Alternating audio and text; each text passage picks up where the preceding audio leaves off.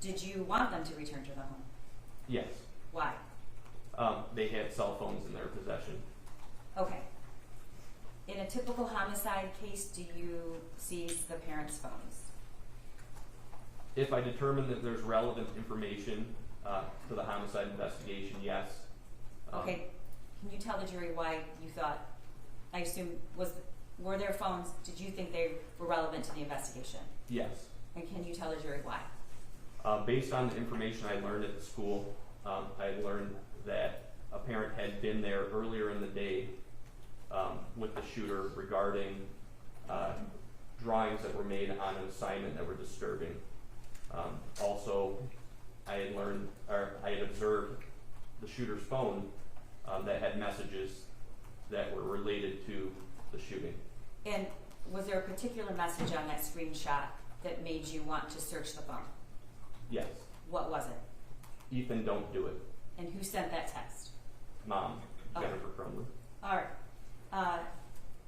Can you explain what happened when Jennifer and James Crumbley returned to the home? The search was still ongoing by detectives, so I had them sit in the front living room when they came in. I explained to them the process. James had asked for an itemized list of the items that were taken out of the home, and I explained to them that we leave a copy of the search warrant, the court order authorizing what we were taking, and then we leave tabulations, basically a receipt, just documenting what items that we had taken. I instructed them that I did need both of their cell phones. And then how did Jennifer react to that? She was not happy about that. Okay, when you say she wasn't happy, what do you mean? Describe what that means. She did not want to give me her phone. She seemed irritated about it initially. She was not turning it over promptly. Did she say, I'm not giving it to you, or I don't want to give it to you, or did she say anything? I don't remember the exact language, but I believe it was that she did not want to give it to me. Okay. Then what happened? I explained to her that it's part of the court order, part of the search warrant, and it was necessary that we collect the cell phone. That's when James interrupted and basically explained to her he's going to get that cell phone one way or another, and might as well just turn it over to him. And then she did turn it over. And when you say she turned it over, what does that mean? She gave it to you? She handed it to me. Okay. And what did you do next? She was concerned about having phone numbers for family members. I allowed her to, took a sheet of paper and I allowed her to write down necessary phone numbers out of her phone, and then I want to back up a bit. How did you get into the phone? Was there a gave me the password. Okay. I'm sorry, I'm going to make a clear record. Was it password protected? I believe it was, yes. Okay, and how did you get the password? She provided the password to me. And can you tell the jury what that exchange was like? Again, she did not want to give the password. We have the capabilities, obviously, with our computer crimes unit. When we have a search warrant, we can bypass the security. Did you explain that to her? I believe I did. Okay. And did you tell her that that's what you were going to do if she didn't give the password? Yes. Okay. So did she finally give it to you? Yes. All right. And then you said you allowed her to write down some things. What did she write down? She wrote down some phone numbers from contacts out of her phone. All right. And did you instruct the defendants to do anything after you seized their phones? Yes. Can you tell the jury what that was? I told them they needed to contact them. They needed to get, she was concerned about being able to call people, so I instructed her she could go get a replacement, basically a prepaid phone from a local store, and that it was important that we had that number, that she was to contact either myself or Sergeant Joe Bryan. Did you ask her to do that in a timely way, or did you not mention when they should provide that? I don't recall specific language, but I believe it was important that we had that number that night. I don't remember what my wording was, but I would say timely, yes. Okay. Are you aware if they did provide those new phone numbers? They did not provide it to me. I don't know if they provided it to Sergeant Bryan or not. Okay. What is the protocol when you seize a phone? and there's a search warrant to search the information on a phone? First thing I do is I put it into airplane mode. That way, it cannot be remotely wiped. So once we put it in airplane mode, it's basically, again, a preservation to prevent the destruction of the information on that phone. Okay. The exchange about the seizing of the phones, what did you say in response to that resistance, if anything? I believe I just explained it wasn't an option not to take the phone. It was a court order, and I was trying to be professional about it and say we're going to take the phone, and I didn't want her to try and resist us taking the phone. Was there any discussion about the students who were injured or killed in that school by the defendant? Not by the defendant, no. Did you say anything about that? Yes. What did you say? I could tell she was kind of frustrated about the situation, the phone, things like that, and I explained to her. Your objection to hearsay as to what this officer said. His statements are what is the objection? About what she said to my your client, objection- what you said to your client? About what he said to my client. My client's statements are clearly not hearsay. I'm objecting to what he said to my client as hearsay. He's the declarant. It's not an out of court statement. He's the actual person testifying. And additionally, this is giving context to the exchange at the house with the defendant. Your Honor, there is no I said it exception to hearsay, so even though he's the declarant, there's no I said it exception where he can still testify to hearsay. That's true. Your Honor, I believe that his statements about what he did during the investigation, which I've elicited several times while he's been on the stand, are relevant to show what he did and why he did it. Just because there have been things that I have not objected to doesn't mean that I couldn't have objected to. But I'm objecting at this point. It's not legally correct. Okay, so I guess one question is whether they're being offered for the truth of the matter asserted.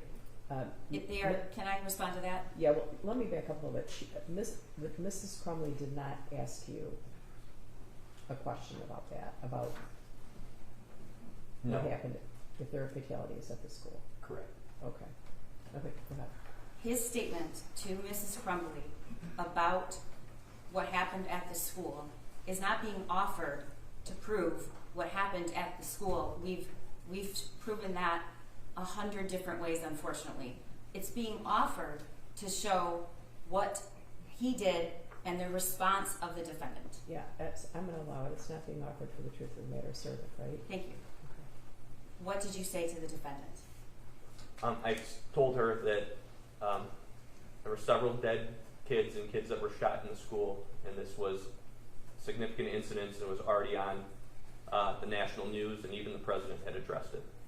How did you know that? From seeing the news cameras outside and speaking to other people Okay. on scene. All right. Was Jennifer Crumbley crying? No. Was Jennifer Crumbley, what were her mannerisms or gestures at that point? She seemed irritated and frustrated. I remember taking notes down, and she made a statement to me saying that lives were lost today and he's going to have to suffer. And I found that odd, the way she said it. Why? Because she was referring to a person that was her son. Again, I've been involved in multiple homicide investigations where I've talked to relatives and parents that their children had taken lives, and normally it was... Your Honor, I'm objecting to the relevance of what other people have said. Obviously, her statement is allowed. The detective testified to what she said, but drawing conclusions about what she was thinking as she said it is speculation. Response? He's not drawing conclusions about what she was thinking.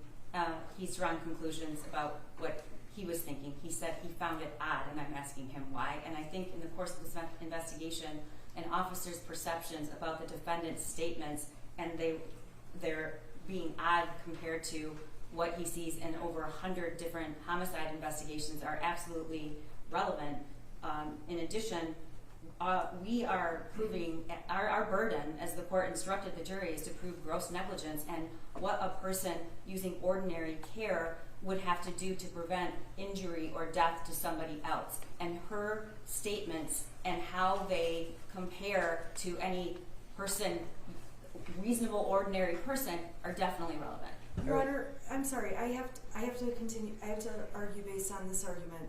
This detective, who is very experienced, has never investigated a mass shooting at a school.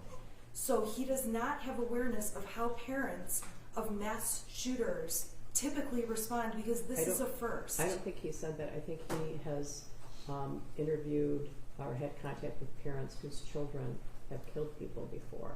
So to the extent that you're speculating about, you hadn't met her before this, right? Correct, Judge. So, okay, so you can't speculate about what she's thinking, how she's feeling, how she would normally respond. Okay, there's some people that, you know, when someone falls, they laugh, which might seem inappropriate, but that's how that person is, right? But you can testify about your experience, why you thought it was odd based on your experience in interacting with other parents who had children who had killed people. Okay. Does that make sense? Yes, Judge. Okay. All right. Can you continue with why you felt it was odd? Can you tell the jury? Yes, the language of suffer struck me as odd. Most of my experience as well, you know, even... I want to stop you. What do you mean suffer?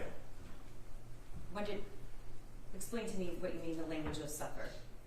said he's going to have to suffer. Okay, I'm sorry. Go ahead.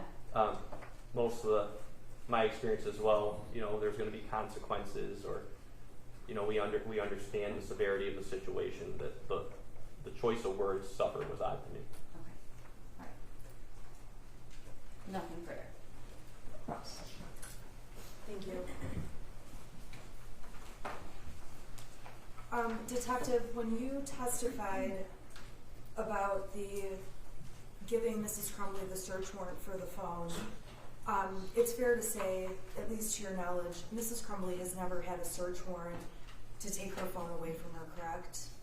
I don't have any knowledge of that. And when she was expressing concerns to you about not having her cell phone, one of those concerns was that she would not have phone numbers to people on her contact list.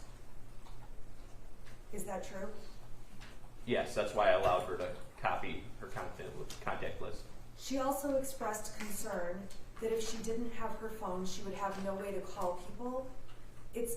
I guess what I'm saying is that was the only phone of Mrs. Crumbley that you were taking with the search warrant, correct? I'm sorry, you said that was the only phone? You took one phone for Mrs. Crumbley. Yes. You don't believe she had other cell phones at that time. I would not know if she did or not. So when you were taking that cell phone, if that was her only phone, it would be fair to say she wouldn't have a phone to use after that. Yes, that's why I suggested she go purchase another phone from a store that was open. You suggested she go and purchase what some people refer to as burner phones or track phones. A prepaid phone, yes. So you can go to a store, buy a prepaid phone, and it'll have a different phone number, correct? Yes. And you advised the Crumbleys, in order to have phones, go ahead and buy these phones. I suggested, yes, you should buy another phone and provide that number to us. You did allow Mrs. Crumbley to sit down and write contact numbers out so that she could put them in whatever phone she bought? Yes. And you're aware that by that night, the Crumbleys did purchase track phones? And if you're not aware, just let me know. I learned later in the investigation, but I wasn't involved in that part of it. Okay, fair enough.